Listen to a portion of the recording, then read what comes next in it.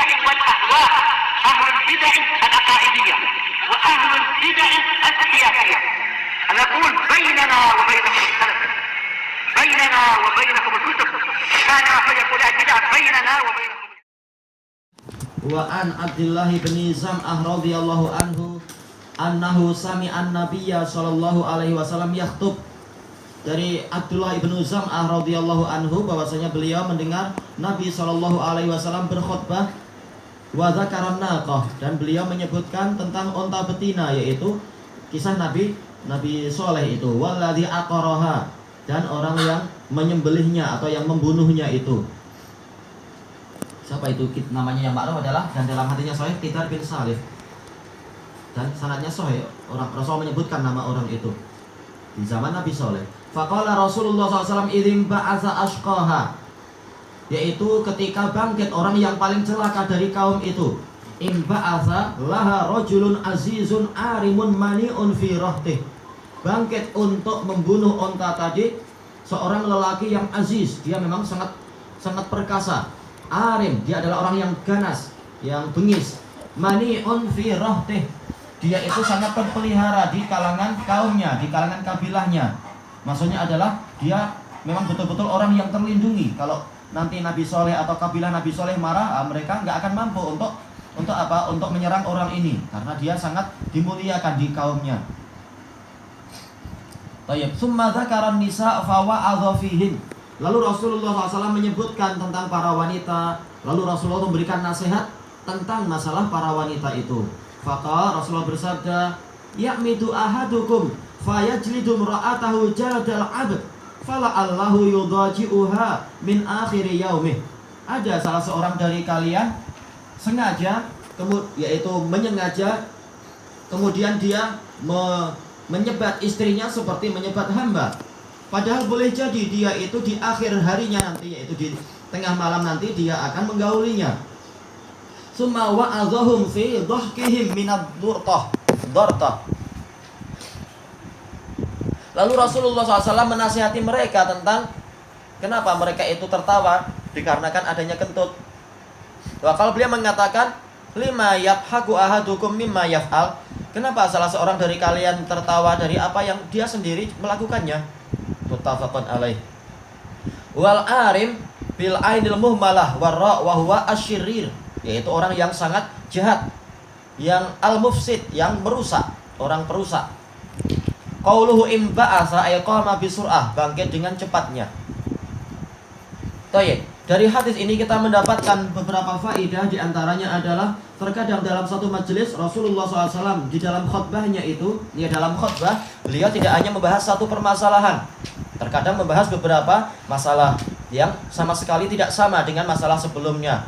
Maka ini menunjukkan bolehnya seseorang dalam suatu khutbah itu membahas beberapa cabang ilmu. Demikian pula di dalam sekali majelis ada beberapa ilmu yang dipelajari, dan itu yang diamalkan oleh para ulama dulu sampai sekarang. Makanya di dalam poin yang pertama yang disebutkan oleh Abdullah bin Zam'ah ini membahas masalah sirah dan masalah keterkaitannya dengan apa yang faedah-faedah yang terkait dengan sirah itu, yaitu menyebutkan kisah di zaman Nabi Soleh, dan juga kisah unta yang menjadi ayat yang sangat besar. Ketika mereka minta ditunjukkan bukti kebenaran beliau, maka beliau tanya, apa yang kalian inginkan untuk menunjukkan aku adalah betul-betul Rasul? Maka mereka minta sesuatu yang mustahil, yaitu keluarkan dari batu besar ini unta betina. Nabi Soleh bertanya, kalau betul-betul nanti Allah Ta'ala mengabulkan itu, maka apakah kalian akan beriman? Mereka mengatakan, nah, kami beriman bahwasanya engkau adalah Rasul. Bukan Nabi Soleh seperti yang digambarkan dipraktekkan oleh sebagian orang sufi. Kalau saya berbuat ini, maka apakah kamu akan menjadi pengikut saya? Bukan. Tapi kalau saya berdoa kepada Allah, lalu Allah mengabulkan yang kalian inginkan, apakah kalian percaya saya adalah utusan Allah? Jadi polanya lain, pola para rasul dengan pola para sufiah yang sedang mengagungkan kekeramatannya itu. Karena para rasul memang mengajak kepada Allah dan tauhidnya, bukan mengajak untuk mengagungkan dirinya, tidak seperti orang-orang sufi. Tayyib.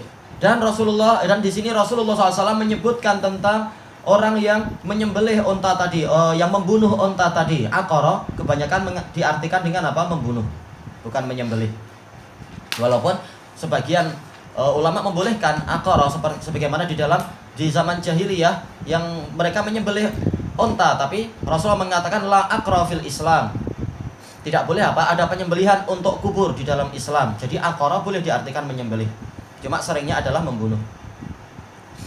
Dan dari sini kita mendapatkan faedah tentang apa? Tentang turunnya wahyu kepada Rasulullah SAW. Padahal jarak antara Nabi Soleh dengan Nabi Muhammad itu wallahu alam entah berapa ribu tahun. Wa qurunam baina dzalika katsira. Dan kurun-kurun di antara itu adalah banyak sekali. Siapa yang mengetahui itu? Sementara apa di dalam kitab-kitab yang ditulis oleh para sejarawan tidak disebutkan itu di zaman Nabi Muhammad SAW. Maka tidak ada yang tahu kecuali apa melalui wahyu dan melalui apa kemudian didukung oleh kitab-kitab terdahulu dari para nabi. Polanya adalah dengan pola wahyu, bukan ditulis oleh para ahli sejarah. Kecuali setelah diteliti pada kejadian itu, yaitu di wilayah Hijr, dan di situ masih ada sisa ini, sisa itu dan seterusnya, masih ada bangunan yang megah dan seterusnya, kuburan Petra dan lain-lain. Baru sejarawan mulai menggali dan ternyata betul apa yang disebutkan oleh para nabi melalui wahyu dan seterusnya. Baik. Dan kuburan Petra sebagaimana yang disebutkan dalam buku sejarah itu orangnya kecil, maksudnya orang yang datang ke situ kecil, tapi kuburannya betul-betul tinggi. Lebih dari berapa? Lebih dari 20 kali lipatnya tinggi orang yang datang. Itu adalah kuburan yang memang sangat besar, menunjukkan orang zaman dulu memang besar sekali. Di mana itu? Di wilayah di wilayah Syam, perjalanan di daerah Hijr. Nggak tahu kalau sekarang istilahnya kotanya apa. Itu perlu dibandingkan, di-compare. Nama-nama kota di zaman sekarang dibandingkan dengan di zaman dulunya. Tapi anak pernah lihat potretnya, memang kuburan Petra itu ada, kuburan merah jambu itu. Besar, raksasa memang. Apanya? Kemungkinan besar jelas sesuai dengan keadaan orangnya. Berarti ontanya juga besar sekali. Sahih. Makanya kalaupun kita menemukan istilahnya ada ahli sejarah yang arkeolog yang dia menemukan tulang yang besar, mamut dan lain-lain, itu bukan sesuatu yang mustahil. Kalau memang betul-betul bukan buatan manusia, bukan rekayasa, maka itu bukan mustahil. Sesuai dengan keadaan manusia di zaman itu. Baik. Maka kita bayangkan nyamuknya ya mungkin alhamdulillah nyamuknya nggak ada yang hidup sampai sekarang. Kalau sampai sekarang nyamuk di zaman mereka hidup, wah habis darah kita. Alhamdulillah masing-masing kaum itu ada zamannya. Baik. Dan yang menyembelihnya atau membunuhnya. Faqala Rasulullah sallallahu alaihi wasallam idzim ba'atsa ashqaha, ketika bangkit dengan cepat orang yang paling celakanya itu. Ini menunjukkan bahwasanya orang ini memang sangat jahat. Begitu diajak untuk durhaka kepada Rasul yang telah mengambil sumpah setia kepada mereka untuk taat ketika datangnya ayat, ternyata orang ini langsung ikut kepada apa yang diinginkan oleh kaumnya. Untuk menentang Rasul tadi. Bukan berpikir kemudian pelan-pelan, tetapi dia langsung bangkit, menunjukkan memang hatinya itu sangat jahat dan zalim. Makanya Rasulullah menamakan sebagai ashqaha di sini. Allah Ta'ala menamakan ashqaha, orang yang paling celaka. Kenapa? Karena kecelakaan sendiri bertingkat-tingkat, siksaan sendiri bertingkat-tingkat, sebagaimana kekufuran itu bertingkat-tingkat. Tapi orang ini manakala dia yang paling aktif dan paling bersegera kepada kebatilan, maka dia yang paling celaka. Karena tidak ada yang selamat kecuali orang-orang yang taat kepada Rasul. Sebagaimana di dalam ayat-ayat yang banyak yang membahas masalah masalah kisah Nabi Soleh itu. Fanajainal ladzina amanu wa kanu yattaqun. Kami selamatkan orang-orang yang beriman dan mereka bertakwa. Maka manakala orang ini sebaliknya, maka dia menjadi orang yang celaka. Dan yang paling celaka adalah yang paling aktif di dalam kes pembunuhan tersebut. Padahal dalam keadaan dia ini orang yang aziz, yang sangat perkasa. Ternyata keperkasaannya itu tidak mampu menyelamatkan dia dari siksaan Allah. Allah lebih perkasa dari semuanya. Allah Ta'ala berfirman, wa samudal ladzina jabus sohra bil wad, dan kaum Samud yang mereka itu membelah batu-batu karang di lembah-lembah, menunjukkan mereka sangat perkasa. Kita nggak mampu membelah batu karang, paling harus pakai alat-alat ini, alat itu dan sebagainya. Bahkan orang-orang besar yang di Damat, yaitu teman-teman dari Maghribi dan dari Libya badannya besar-besar memang. Sampai kadang kita memuji, tapi memuji dengan menyindir tapi yang baik-baik, yaitu oh ini antum ini sisa-sisa dari kaum Ad karena besar-besar badannya. Itu pun mereka harus pakai alat untuk apa? Memecahkan batu-batu yang di mana itu? Yang di Barokoh itu. Nah, baru kami yang kecil-kecil Indonesia, Malaysia baru bawa setelah dipatah-patah oleh mereka. Itu pun harus peluh banyak-banyak.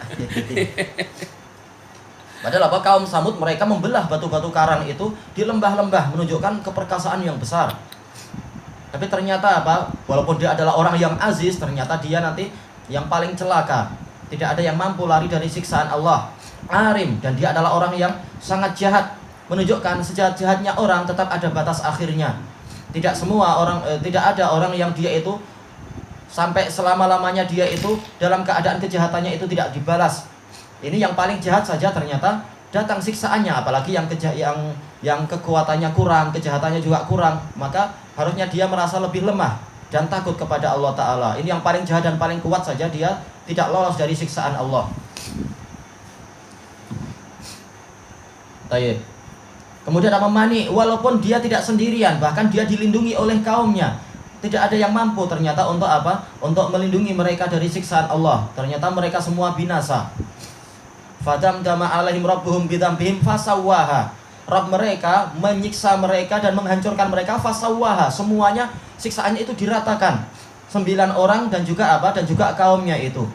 9 orang yang mereka ingin apa? Ingin membunuh Nabi Soleh ketika berangkat untuk sholat. Ternyata mereka Allah Ta'ala siksa di dalam apa? Di dalam gua itu sebagai kubur mereka akhirnya. Dan kaum mereka yang mereka tinggalkan semua juga diratakan dengan siksaan. Ternyata tidak ada yang selamat, walaupun mereka adalah kaum-kaum yang kuat dan kabilah-kabilahnya saling melindungi satu sama lain. Maka ini adalah apa? Poin pertama di dalam khutbah tersebut, yaitu mengambil faedah dari sejarah. Jadi sejarah dan berbagai macam penelitian arkeolog dan sebagainya, itu tujuannya bukan sekedar untuk menilai, oh ini umurnya berapa, ini kadar karbonnya berapa, bukan hanya di situ aja. Tetapi untuk jadi pelajaran, yaitu kenapa mereka hancur, itu yang penting. Kenapa mereka itu binasa? Apa yang menyebabkan mereka itu celaka? Bendungan Ma'rib yang teknologinya sangat tinggi. Maka kenapa bendungan itu akhirnya hancur? Kenapa? Sailil Arim, yaitu apa? Bah yang sangat dahsyat itu. Jadi yang penting bukan apa kehebatan mereka dan seberapa peradaban mereka zaman dulu, tapi kenapa mereka binasa? Itu yang penting. Tayyib. Kelanjutannya besok insyaallah, wallahu a'lam.